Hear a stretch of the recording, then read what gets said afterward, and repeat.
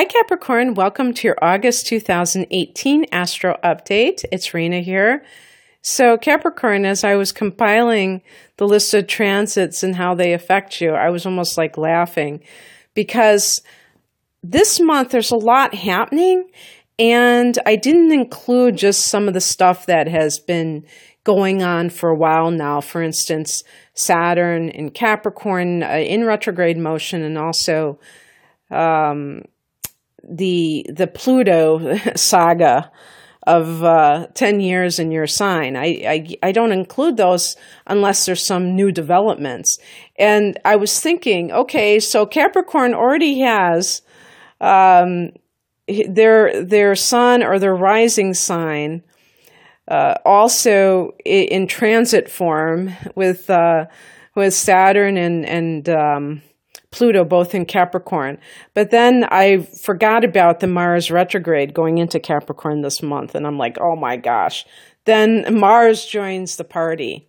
So Mars, and you know, those are like very, pretty tough planets there. Mars, Saturn, and Pluto. But I know you guys can handle it. So as the month begins, Capricorn, the sun is in Leo. This is a warm energy. And the sun, not surprisingly, rules Leo because that fire and that warmth. But for you, it's in a water house. It's in the 8th house, which is Scorpio's house. So how will that affect you? Well, the sun brings things to our attention and concentration, and we become part of that. So the 8th house is the house of other people's resources. It's the house of death. It's the father. So I feel, though, don't say, oh my gosh, you know, about my father. I think that if it's something to do with your father, this is an ongoing saga, because Mercury is retrograde as the month begins in this house. So this could be, since it's other people's money plus death, this could be inheritance issues that are coming back and could be connected to the father side of the family or something like that. I said could be because that is only one possibility, but the sun does represent the father. And with Mercury retrograde, there could be some kind of problem with a document. Maybe somebody opens a probate case when you thought it was just going to be smooth sailing. Maybe there's contesting the will or something along those lines. Although I would think that's more Mars retrograde because it's some kind of a fight. But definitely something that may have been overlooked with a document that is holding things up. And Venus on the 6th of the month goes into your 10th house of career. Now, Venus has been in your 9th house, which connects to foreign travel and the higher mind, the God house. And for people, especially in the Northern Hemisphere, when we tend to go on vacation in the summertime, those Capricorns who did travel recently, you may have met somebody. You might have a romantic interest that you met overseas during a vacation or during a work assignment. And now, and maybe it was even brought into the workplace because now Venus is in the 10th house. And Venus in the 10th house is great if you're looking to get a raise because you can charm the pants off of, now I hate to say that these days, but you can really charm your superiors, the people that are above you, because the 10th house is the house of not only career, but it can be those people who are in charge and also the public. So if you have the kind of career, especially like in the entertainment field, where you have an audience, you can be popular, but anything to do with career matters could see a boost in income. Venus can bring money into the house that she travels in. And like I said, since it had been in the 9th house, it could be that you're mixing travel with your career as well. So the very next day on the 7th, Uranus goes retrograde. And for you, this is in the 5th house of romance. Uranus has recently gone into Taurus, so it's in a friendly angle to you, being that you're both earth signs. And so for those Capricorn people who are looking for love, the next 7 years is going to be quite, I would call it a roller coaster ride, or very surprising in some way. Perhaps there is some kind of twists and turns. You might meet some very unusual people along the way that you end up dating, maybe people that are very different from who you are used to dating, Capricorn. Although I will say that because Capricorn is right next to Aquarius, which is ruled by Uranus, you may have inner planets that are Aquarius yourself, including Venus, which would, or even Mars if you're a woman, that might make you more interested in somebody who has those kind of quirky characteristics in the first place. But just in terms of what happens, there may be like instability in your love life, but it could be very exciting. You know, sometimes the tried and true is a little bit stale, and this could kind of keep you on your toes. The other thing I want to say about this, though, is that I do see a correlation between some Capricorn individuals and their marital sector being your opposite sign, Cancer, and being the fact that you've experienced a solar eclipse there recently. You will have a full moon there right before Christmas of this year. So there's a lot going on with the 7th house, with committed partnership in you. So perhaps a lot of you have had upheaval in this area, because remember that all those heavy planets that I'm talking about, they're also opposing that 7th house. So they're creating a sense of what we would call strain, or this extreme tendencies, you know, the bipolarity of what an opposition represents, a seesaw effect, and having a hard time reconciling between you and another person. So if that is the case, you may be looking at new relationships, but even those are going to be a little bit up and down in terms of like, but who knows, you might meet your soulmate very easily in the next 18 months or 2 years, because there will be a transit of the North Node going into Cancer in November. So this will be in that 7th house. So the North Node is like this destiny that awaits us.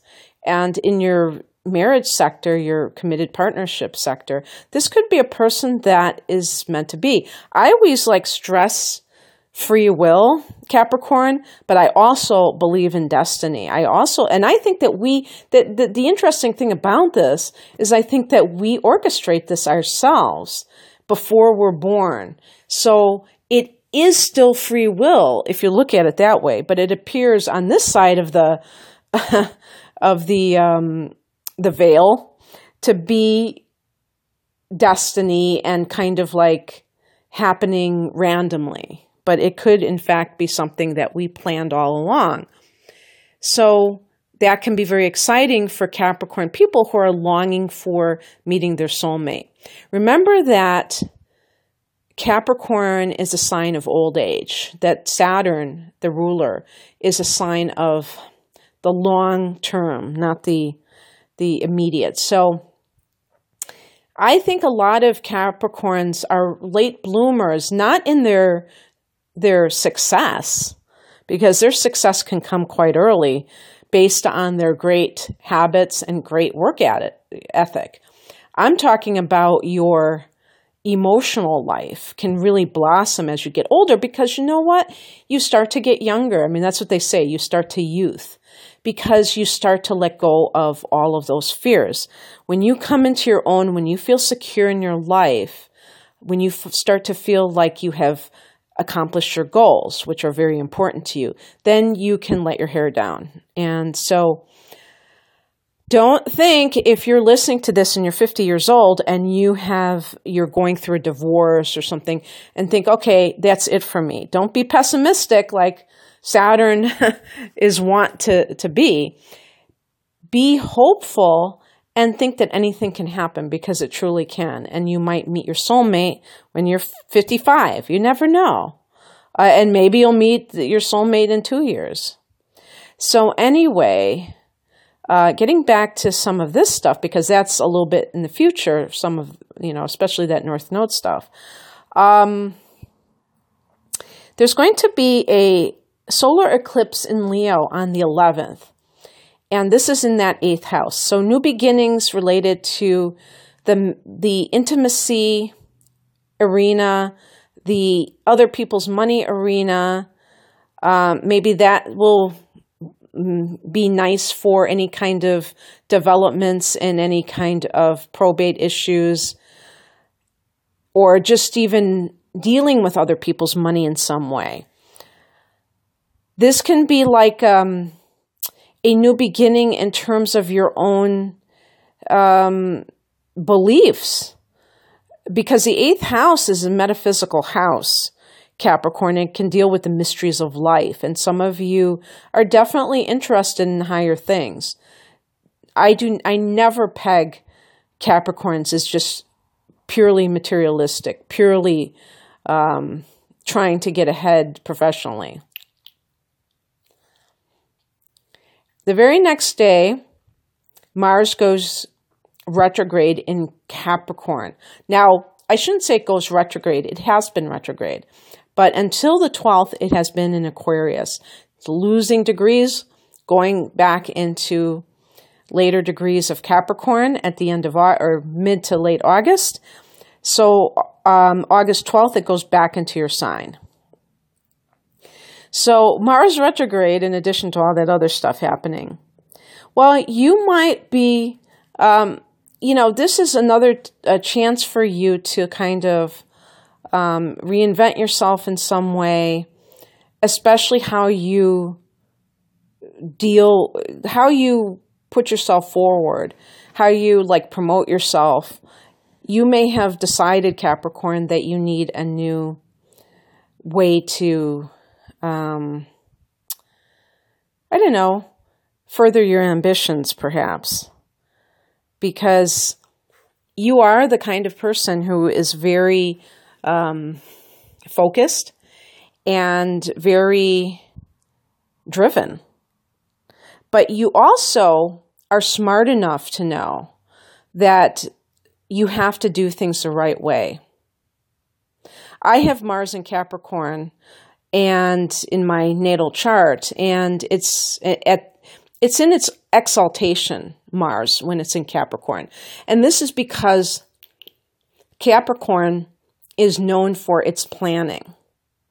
So when you have Mars in Capricorn, you have a tendency to have this ability to really be, how can I put this, strategic in how you promote your efforts. Now, compare this to Mars and Aries. Mars rules Aries. However, a lot of times people with Mars and Aries tend to be too pushy. And Aries and Capricorn are both cardinal signs. So sometimes cardinal signs, Libra and Cancer are the other cardinal signs, tend to be a bit pushy, and other people don't like that. And that can be somebody shooting themselves in the foot, because when you're trying to accomplish something, or you're wanting other people to do something for you, and you're being too domineering, chances are you're not going to get what you want. So you have to be able to act in a way which encourages others to cooperate with you. And so you're going to be looking at how you can best act in accordance with your higher interests. This is great. When Mars goes direct at the end of the month, you're going to be in alignment with your goals. You're going to be in a forward movement. Right now, you're kind of retracing your steps. You might be redoing how you do things. Remember that Mars is in your sign, so it's the first house. It's the house of the self.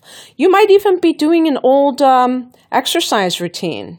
It's going to be the body that gave you results before, and maybe you kind of like fell off the wagon, so to speak, and stopped doing it. But that's very interesting as well. Then Mercury goes direct on the 19th, hurrah, in that 8th house. So maybe you have signed the documents properly. Maybe you have, this could also be about communication breakdown. Maybe someone that, this could even be like dealing with some secret that comes out too, because with the 8th house, this is kind of like a house where secrets can be festering underneath the surface, and maybe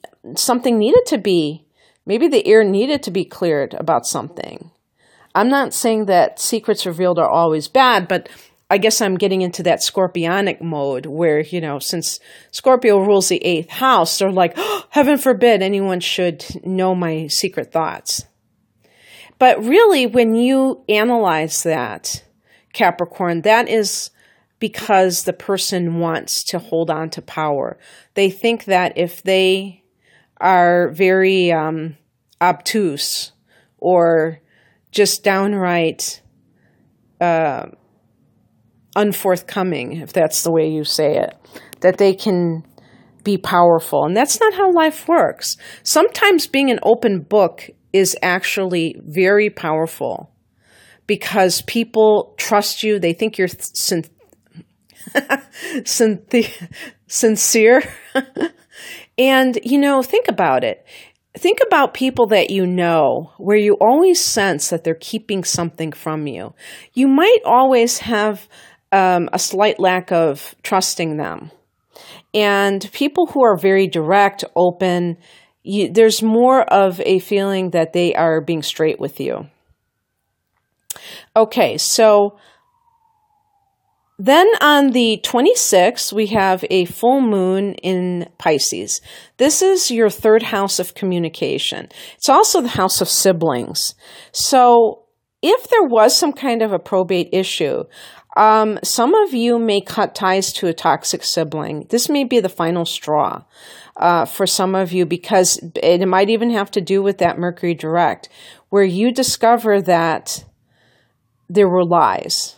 And maybe you hashed it out with another family member, and you realize now that all along this person was poisoning the well.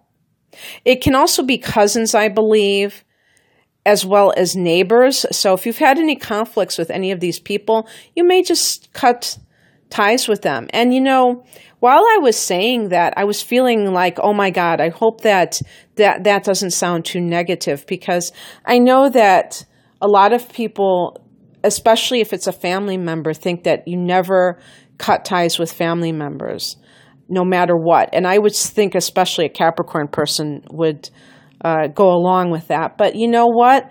That is ridiculous. Sometimes there are people who are narcissists, and I've been using this term a lot lately when I've been making videos, because I've been watching more and more videos about narcissism, toxic narcissism.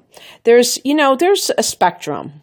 Some people are a little bit too self-centered, and we might classify them as mildly narcissistic, but in general, they're good people. They would do things for you. They care about you. But there are some people that are actually rooting against you. And those kinds of people, if you look at other characteristics, they may be narcissists. And I like to call them energy vampires, because they feed off of negative energy that they get from the people that they're interacting with. And they really, a lot of them I feel are incredibly envious of others, even if they have accomplishments themselves. This is what can trip you up, in trusting them, because you might think, oh, they're not jealous of me or envious of me because they have more accomplishments in their profession than I do. So why would they be envious of me? But you may have a quality that doesn't have to do with your professional life. It might just be a light that you have. I always say being jealous of the light. And they feel a darkness within themselves. And they may be trying to get some of that light from themselves, but more oftentimes I think they're trying to make everyone else around them lower their vibration, so that it's like misery loves company, you could say. But if you are too loyal to a person, too tolerant because they happen to share your DNA, but they are making your life a living hell, that's on you. I don't tell people what to do. I'm just bringing it to their awareness. The other thing about the full moon in the third house is you could be ending some kind of website creation. Maybe you finished designing your website. Actually, this would have been a great time to do this, or maybe you've been revising it, because during Mercury retrogrades, Mercury rules the third house. So that would be a great time to work on the internet stuff. The internet is the third house. And then debut it now that Mercury is direct, now that Mars is direct. Well, hold up. That's actually the next day. Mars goes direct on August 27th, and this is in the late degree of Capricorn, so I don't have it in front of me. I believe it's 28 degrees of Capricorn. So there you go, Capricorn. Now you can move forward with your plans. Maybe you've kind of been doing a little bit of strategery. That's like a little inside joke there. And now you're ready to move forward. And I feel like all of us are kind of in a holding pattern until the end of August. But it's very exciting because we're seeing a lot of things wrapping up, a lot of loose ends getting tied up in August, and that's always great to move forward for the rest of 2018. With the eclipses over with, now we can kind of see where everything shakes out. Okay, that's what I have for you, Capricorn. If you'd like a personalized version of this, I do natal chart interpretations. I will link that below. And part of that is looking at your personality traits, what houses the planets are in. It's a lot of fun, and I enjoy them immensely. So anyway, have a wonderful August. Take care. Bye.